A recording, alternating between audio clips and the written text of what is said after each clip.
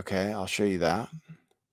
This is Uncle Luke, rapper Uncle Luke, revealing what he knows about Diddy's party. But did you party with Diddy a lot? Oh, no, not really. I would go to the party and leave early. Why wouldn't you stay late? I go to the party and leave early. I'm sorry. Yeah. Well, I wasn't invited to too many of those parties. Why didn't you stay late, like after hours? It didn't get crazy after that, or what? I don't know what goes on after hours, but he wasn't trying to find out. I wasn't trying to find out. You know, I know my place. I know my place. Yeah. You know, so I went to a couple. New Year's Eve party. Right. I mean, I know Puff before Puff became super big like that. You know, he's a cool dude. I mean, all the shit going on with him. You know, I feel sorry for him and his family, more so his kids. His kids, yeah. Did you party with Diddy a lot? No, not really. I would go to. He would go to the parties and leave early. Okay, that wasn't much of a story. Diddy allegedly paid Instagram model Jade Ramey a monthly stipend for sex work, the lawsuit says.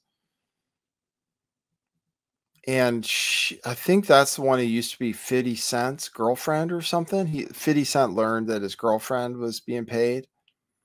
So this is a story. Diddy allegedly paid Instagram model Jade Ramey monthly stipend for sex work. This is Diddy on Nickelodeon. And we just found out Nickelodeon had at least employed at least 5 sexual predators. So, was Puff Daddy one of those?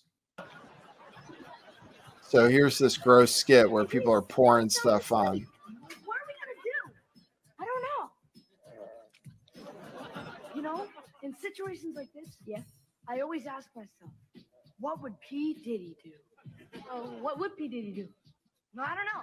Hey, let's ask him. Oh, okay. There's P. Diddy on Nickelodeon. P. Diddy? What's up? We can't wake up Shane. You try symbols? Yep.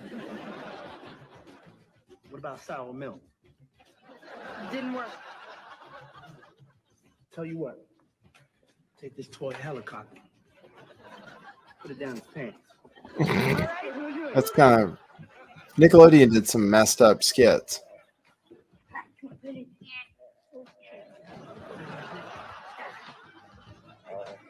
That's pretty messed up, actually. Didn't work. He's still asleep.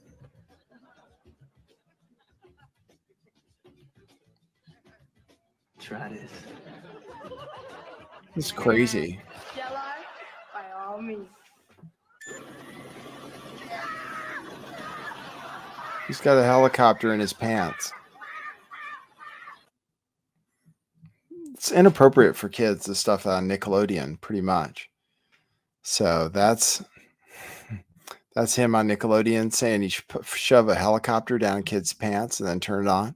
All right, here's 50 Cent posted this, which was a link to part of the lawsuit. It says Mr. Combs had hidden cameras in every room of his home, has recordings of several celebrities, artists, music label executives, and athletes engaging in illegal activity. These individuals were recorded without their knowledge and consent. Mr. Combs possesses compromising footage of every person who has attended his freak-off parties and his house parties. And 50 Cent says, SMH, this is going to be so good. What you want to bet I'm going to get those tapes. I'll pay top dollar for them. You've been over there. I don't go to Puffy's parties, he said. Here's LeBron James saying Puffy's parties are the best. Oh, hey, everybody know ain't no party like a Diddy party. So yeah, that's what's up. Yeah. There you go. Everybody know ain't no party like a Diddy party. The person must be selected before they can gain access to Diddy's private parties. It reveals individuals must meet specific criteria, including fitting a certain description, body type, mannerisms, appearance, and mentality. Also, he says the way they attack you is by sending in a questionable male stylist on photo and video shoots. All right, so I'm going to close a bunch of tabs. Then I have a long clip from Fox News I'm going to play for you. Here's this.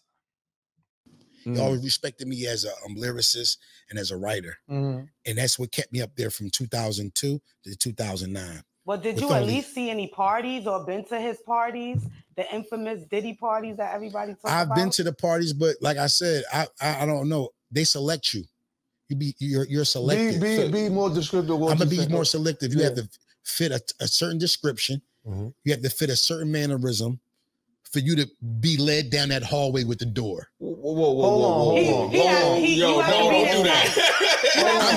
I'm giving it to you real. You have to fit a certain description, a certain mannerism, a body type, of type of mannerism, of type of mentality for you to get led down that hallway with the doors. Somebody said a pretty looking boy. Wait a minute. Time out. What I want to ask you at that time, like why? Why am I being excluded from this?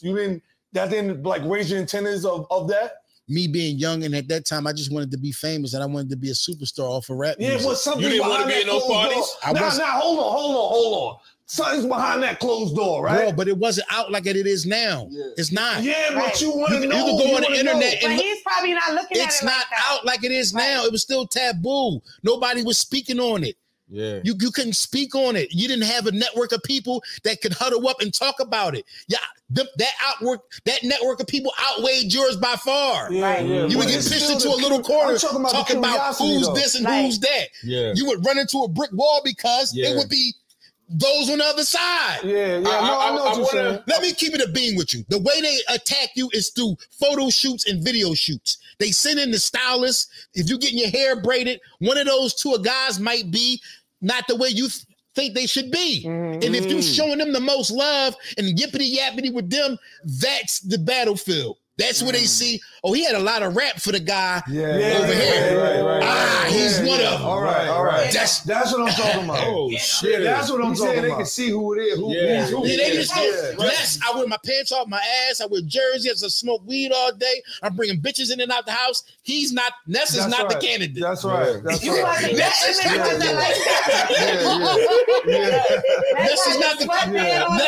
candidate for the bullshit. You wasn't like that. Nah, let me ask you this. Who out the group of that, who y'all was with, was kind of? I don't know. I was paying attention to the bitches. It's giving R. Kelly, Teray. It's giving. It's disturbing. You know, I was personally disturbed many years ago. Okay, I know this man well enough to call him and say, "Hey, I need a favor." Yeah. And this might have been 10, 12 years ago that I called him and say, "Hey, I have a family member who I want you to hire them as an intern." Yeah. And I have never talked about this publicly. And he said yes. And they were flying around, one of the interns, Atlanta, Miami, whatever, on the jet, in the house, whatever. And then the internship stopped abruptly, like 3 or 4 months into it. Yeah. And I spoke to my family member, like, well, what happened? And they wouldn't say. Yeah. And I'm like, why did it end? He wouldn't say. And years later, they finally came out, and this a male, and said that Puff had said, "Come home, stay the night with me, or the internship is over." And they said, "Absolutely not." He said, "Absolutely not." And the internship ended. But from there, I was like, "Oh, like this is how it goes." Okay, okay. So to hear that things went even further with potentially, allegedly, many other people, it's not. I don't, we feel like we've seen this coming. All right, you see that? Oh yeah, because Go-Mac wanted me to motherfucking bring up all that, but you work with Puffy. You work with Puffy, right? Yeah, I work with him. He flew me out to Miami. Yeah. And, when you got asked this nigga did he party? Yeah, no. Listen to me. This is real shit. So when I went out there, Peace, it was cool, and I worked pretty quick. So he left for a little bit, then came back to the studio. I had the song done. Sometimes I feel like I'm lonely. He was like, "Oh, B, that's hard." Woo, woo, woo. I like, because he love Above the Law. He love NWA, cocaine. So he took me out. He said, "We're going out tonight, right?" So I was like, "Oh shit, that's Puff Daddy." Right, you went out with him. Yeah, so we ain't gonna judge yet. This story got an ending. Don't jump ahead. Go ahead, cocaine. So I hop in the whip with him. You know. You hopped in the whip with him? Yeah. All right. The brother pulled out. No bullshit. No. Wait, okay, go ahead, my man. I'm fucking with you. The brother pulled out these things, and it was these pills. It was an ashtray full of ecstasy. He said, "You want one?" I said, "Nah, man, I don't do that. I don't smoke weed." So we go to this club, Poppin' Club, and we go to the first floor. It's cool. It's popping. Everybody's, hey, man, getting on, doing their thing, right? But then we go to like second floor, and it's kind of different. But then we go to the third floor, the upper room. Not the third floor. The upper room. I'm fucking with Look, you. I look to the right. Man's kissed this man. Man's kissing. Nigga, I looked at that puppy like, nigga, where you got me at, homie? Nigga, where you got me at, homie? Right. He knew I was uncomfortable, so he dropped me off immediately. Okay. And that was that. And I left the next day. But that's respect. Okay. Yeah, that was. He still tried to see what's up, but yeah, he realized. Nah. So actually, Puffy a G. Yeah. He tried to even pull that with you in any way. Nah, I wasn't. Yeah, come on, man. Come on. He's like, he did not offer to take you shopping, though. No. I think the nigga did try to bait me in, though, but I'm like, come on, man. He was trying to see how you was moving, because all you got to do most of the time is just throw the alley-oop to most of these motherfuckers like Lil Rel. They be like, how I do it? Yeah, because at that time, P, you know, it was cracking. I was on the last meal, Dr. Dre Chronic 2001. So he was, you know, besides the Above the Law, he was like, man, you cool. And this is what year was that? Wait a minute. This was in 2000. Yeah. Okay. Yeah. That was that was my puppy story. That's but that Puffy story deep, because let me tell you something. I done heard a lot of them just like that. Yeah. They try to throw alley-oops at niggas. First of all, I'm too scared to get in a car with any nigga I don't know.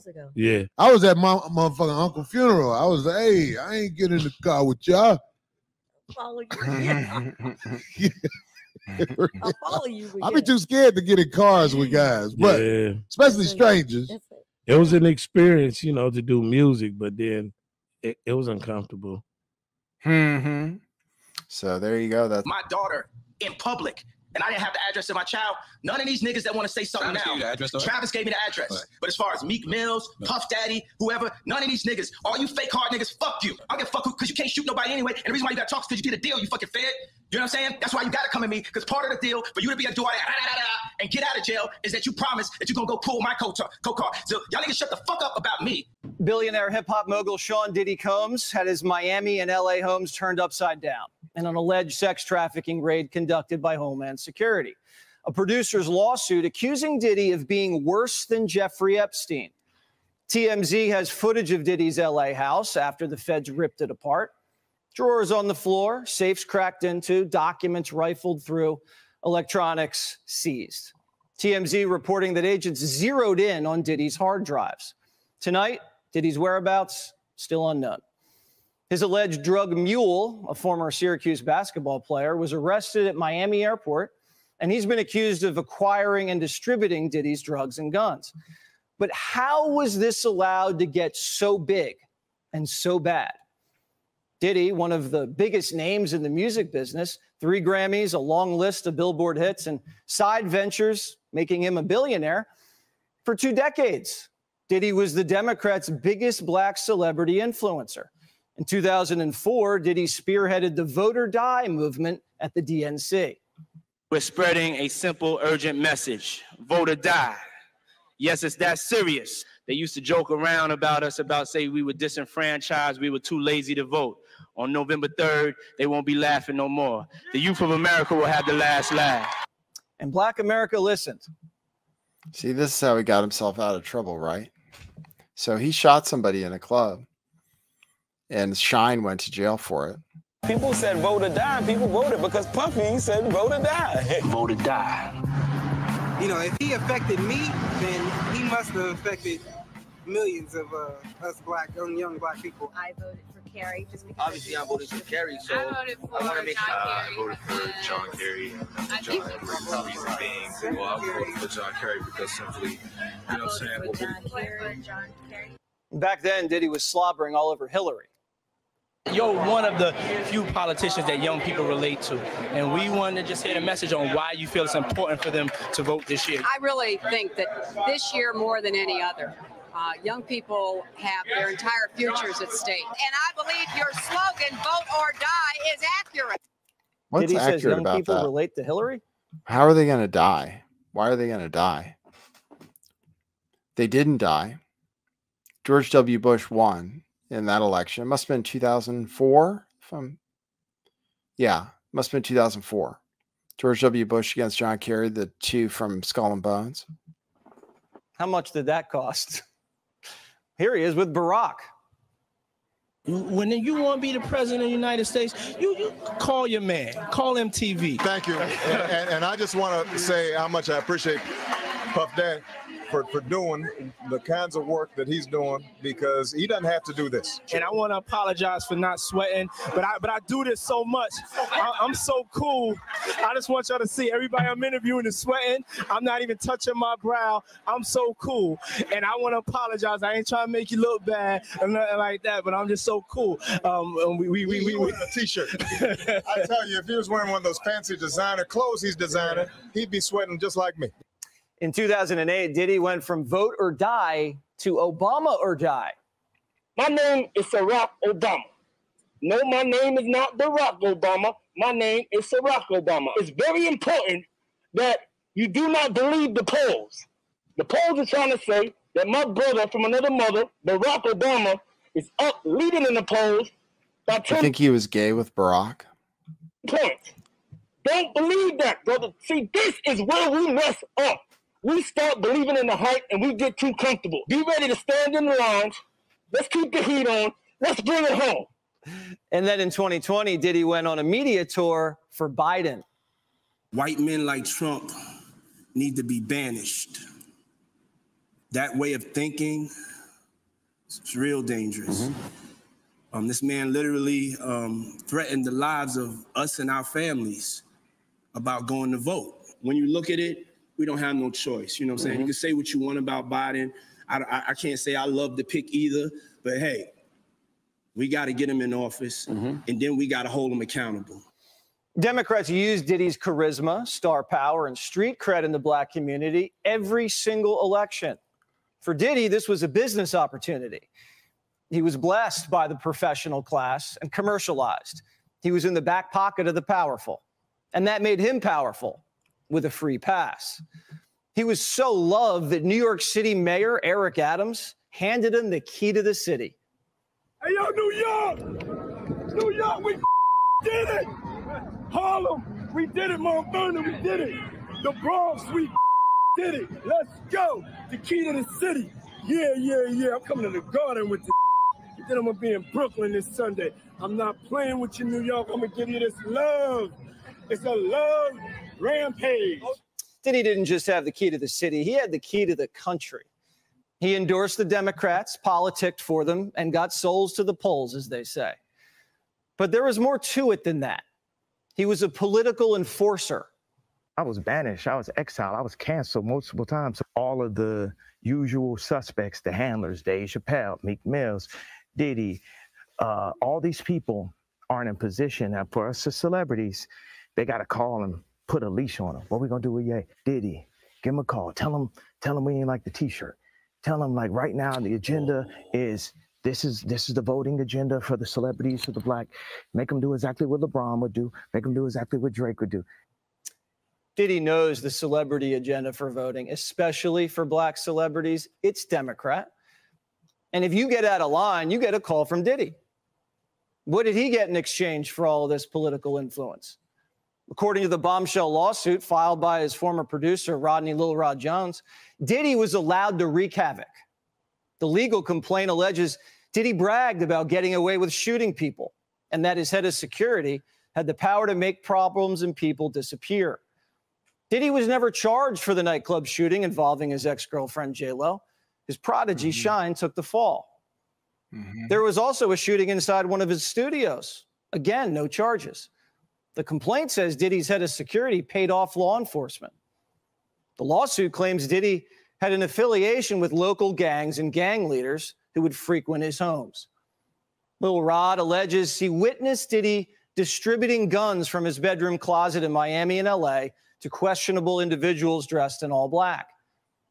Last night, we described the allegations surrounding freak-off parties at his homes, where sex workers and underage girls were given laced drinks.